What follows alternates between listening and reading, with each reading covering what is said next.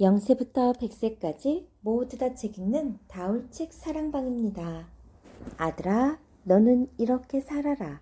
세상을 바라보는 눈을 기르는 법. 논리도 중요하지만 화술도 중요하다. 말하고자 하는 뜻을 논리 정연하게 이야기할 수 있다는 이유만으로 앞으로 내가 정계에 진출할 생각이라면 너를 말리고 싶다. 사람들 앞에서 이야기를 할 때 그 내용보다는 화술이 훨씬 크게 사람들의 마음에 작용한단다. 격이 없는 모임에서 사람들의 관심을 끌고자 할 때나 공식적인 자리에서 청중을 설득시키고자 할 때에는 이야기의 내용도 중요하다. 하지만 말하는 사람의 분위기, 몸짓, 표정, 품위, 목소리의 높낮이, 강조하는 부분, 사투리의 유무, 억양 등 아주 사소한 것까지 신경을 써야 한다. 나는 피트 씨와 스토마운트 경의 백부인 사법장관 뮤레이 씨가 우리나라에서 연설을 가장 잘하는 사람이라고 생각한다. 이 두 사람을 제외하고 연극 이해를 조용하게 할 수 있는 사람, 즉 논쟁의 소지를 진정시킬 수 있는 사람은 없다. 이들의 연설에는 시끄러운 의원들을 침묵시키고 자신의 말에 귀를 기울이게 할 수 있는 그 어떤 힘이 들어있다. 그들이 연설하고 있을 때면 바닥에 바늘이 떨어지는 소리까지 들릴 정도이다. 이들의 연설이 왜 이렇게 힘이 있을까? 그 내용이 훌륭해서일까? 정확한 증거를 제시하기 때문일까? 나는 그들의 연설에 매혹당한 사람 중에 한 명으로서 집에 돌아와 그 이유를 곰곰이 생각해 본 일이 있다. 도대체 그 사람들의 연설 내용이 무엇이었을까를 하나하나 되짚어 보니 놀랍게도 연설의 내용이 거의 없을 뿐더러 테마도 설득력이 없는 때가 많았다. 단지 그 연설의 화술에 매혹당한 것에 불과했던 것이다.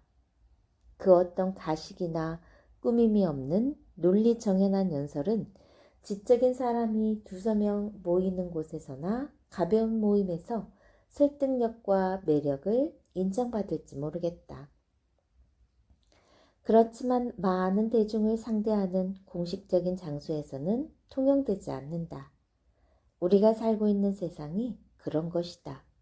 연설을 들을 때 우리들은 어떤 교훈을 찾으려 하기보다는 편하게 들을 수 있는 쪽을 택한다.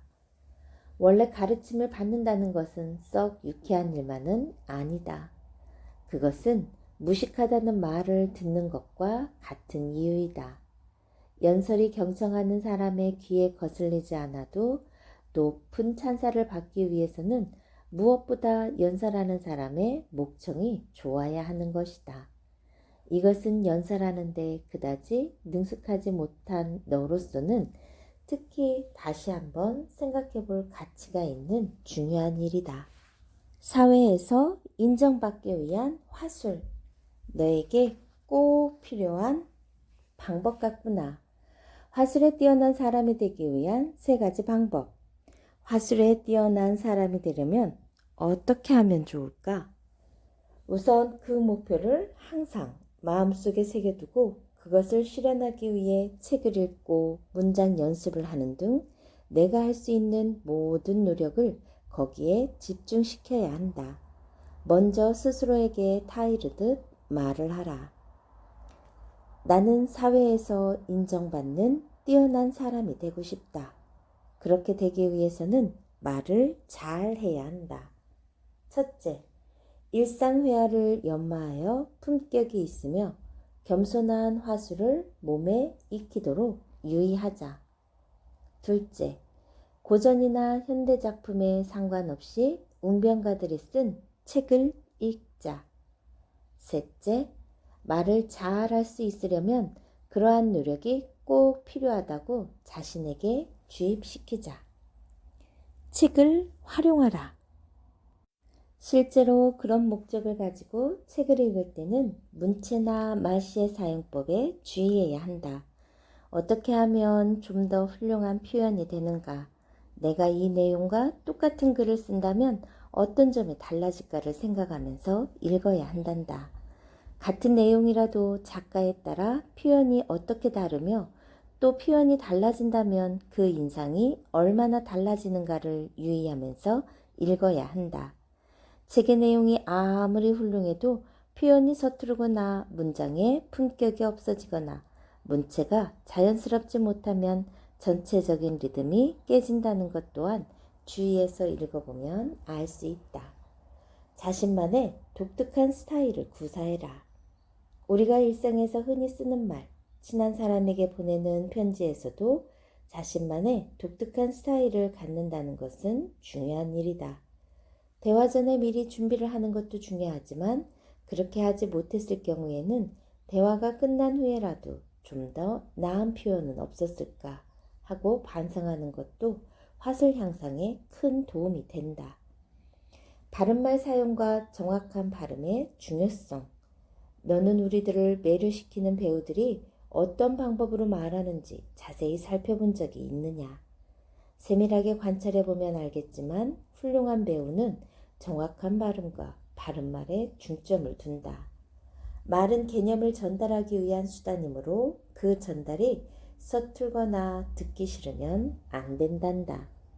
매일 큰 소리로 책을 읽고 그것을 하트 씨에게 들어보라고 부탁하는 것도 좋은 방법이다. 숨을 끊고 읽는 방법, 강조해서 읽는 방법, 숨을 끊고 읽는 방법, 강조해서 읽는 방법, 속도 등 내가 책을 읽는 방법에 어색한 점이 있으면 일일이 그 순간에 중지시켜 정정해달라고 부탁해라. 또한 혼자서 연습할 때도 잘 듣도록 해라. 처음에는 아주 천천히 읽어서 빠른 너의 말버릇을 고치도록 주의해라. 내 발음에는 다소 껄끄러운 부분들이 있어 빨리 말할 때는 상대방이 알아듣기가 힘들다. 발음하기 힘든 말이 있으면 완벽하게 발음할 수 있을 때까지 계속 연습해야 한다. 자신의 생각을 문장으로 작성하는 연습을 해라. 사회적인 문제점이 될 만한 것들을 골라 그에 대해 제기될 가능성이 있는 찬반 의견을 머릿속으로 생각하고 그 논쟁을 적어보아라. 논쟁에 쓰이는 언어는 될 수 있는 대로 품격 있는 언어가 좋다. 이를테면 상비군의 가부에 대해서도 쓴다고 해보자. 반대하는 입장에서는 막강한 군사력으로 인해 주변 국가들에게 위협을 줄 염려가 있다는 의견을 제시할 것이다. 또 찬성하는 입장에서는 힘에는 힘으로 견줄 필요가 있다는 의견을 제시할 것이다.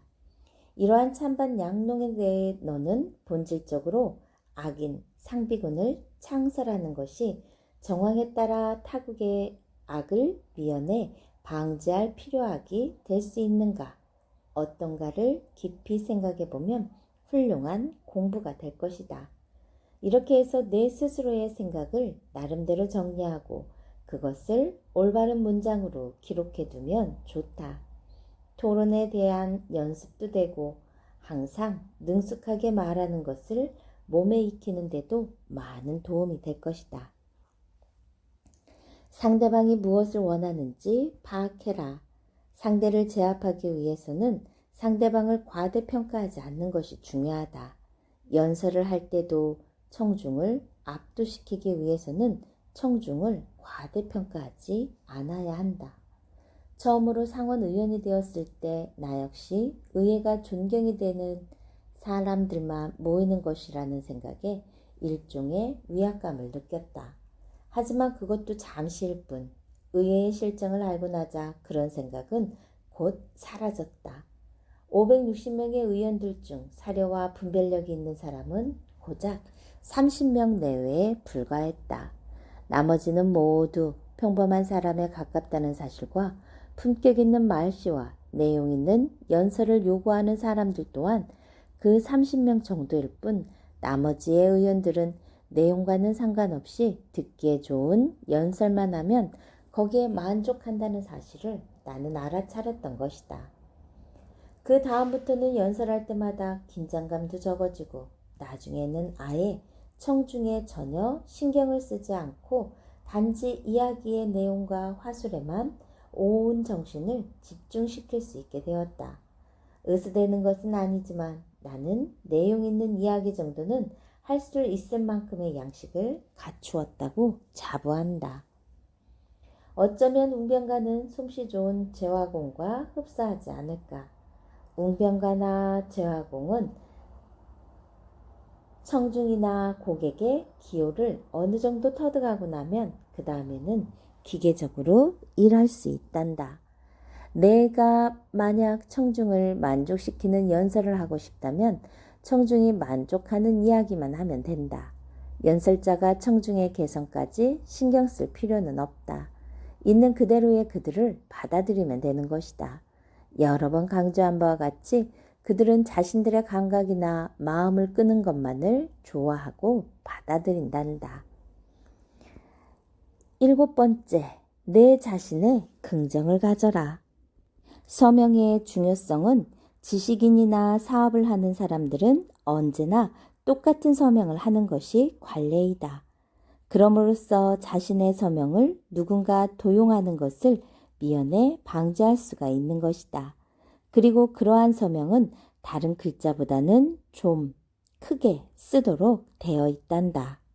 지성인은 결코 당황하지 않는다. 당황해서 그런 서명을 할 수밖에 없었다고 너는 변명할지 모르겠다. 그렇다면 내가 당황한 이유는 무엇이냐? 지성인이란 서두르는 일은 있지만 결코 당황하는 일은 없는 법이다. 당황하면 일을 망친다는 사실을 잘 알고 있기 때문이다. 그러므로 서둘러 일을 마치는 경우는 있어도 일을 아무렇게나 서둘러 처리하는 경우는 없다. 소심한 사람이 당황하는 것은 대체로 주어진 일이 힘에 부친다는 것을 알았을 때이다.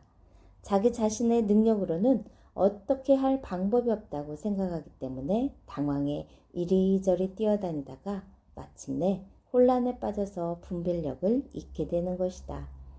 그러나 분별력 있는 사람은 다르단다.